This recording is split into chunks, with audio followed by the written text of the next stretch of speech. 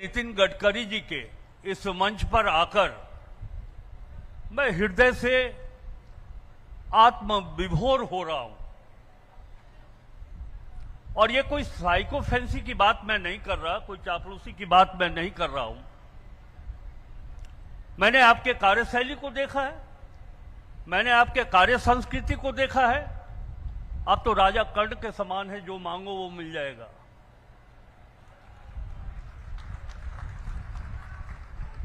कोई राजनीति नहीं, कोई दलगत भावनाएं नहीं।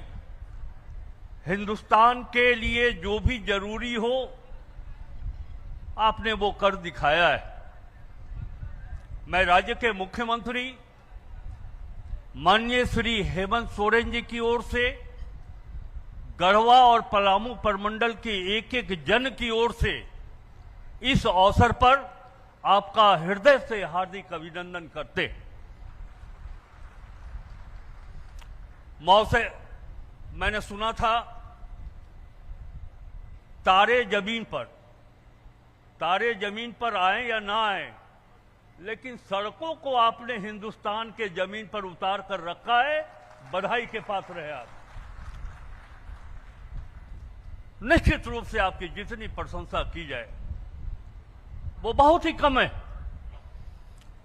छात्र जीवन में 1980 से संसदीय अनुभव के आधार पर मैं ये कह रहा हूं कि जब कभी हम दिल्ली जाते थे, मुंबई जाते थे, तो लगता था कि पलामू में 4 लेन कब बनेगा।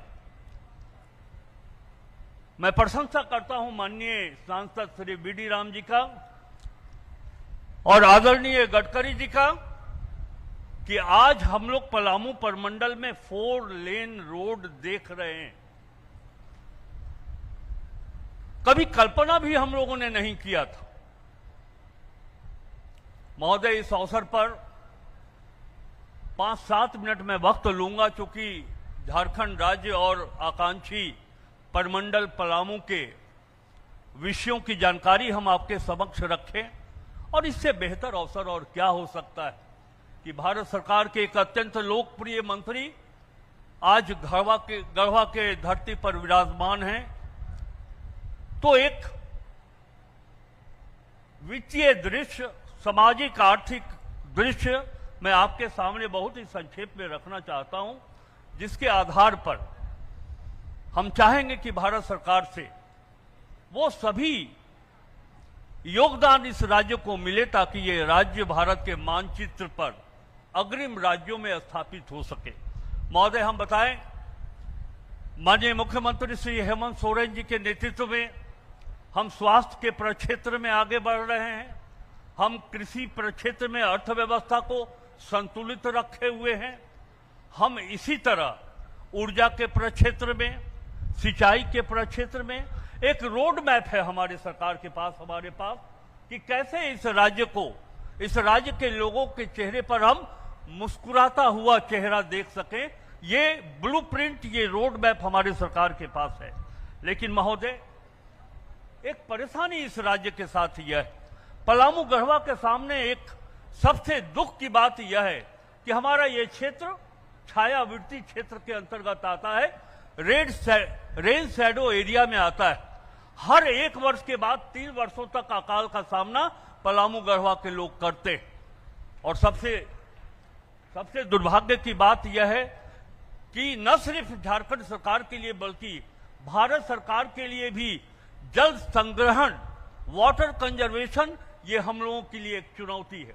महोदय, आज से 30-40 साल पहले पलामू में जो ग्राउंड वाटर की स्थिति थी वो लगभग 30 से 40 बिलियन क्यूबिक मीटर हमारे पास स्टोरेज था पानी का, और आज वो घट करके मात्र 5 कुछ BCM बिलियन क्यूबिक मीटर बच गया है। अगर यही स्थिति रही तो आज से 10 साल के बाद पलामू गढ़वा के लोगों को बाहर जाना पड़ेगा सिर्फ पानी के कारण से। और ये बात मैं इसलिए कह रहा हूं कि ये हम अकेले अपने बल पर वाटर कंजर्वेशन की बात नहीं कर सकते। आपके सहयोग की आवश्यकता पड़ेगी ही पड़ेगी।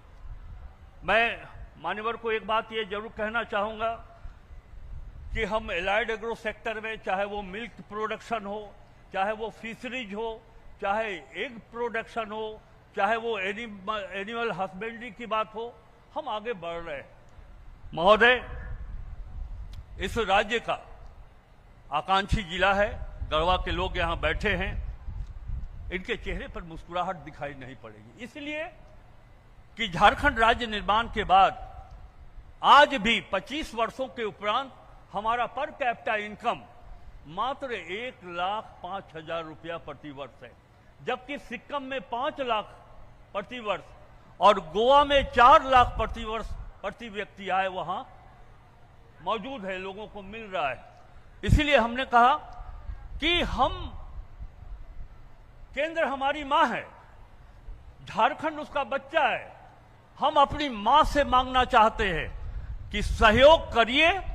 और एक वित्त मंत्री होने के नाते मैं इस सभा को और सम्मानित मंच को यह आश्वस्त करना चाहता हूं कि हम झारखंड को उस लक्ष्य तक स्थापित करेंगे जहां हमारे भारत सरकार के लोग और राज्य सरकार के लोगों ने कल्पना किया है कि कैसे हम देश के मानचित्र पर झारखंड को आगे बढ़ाएं।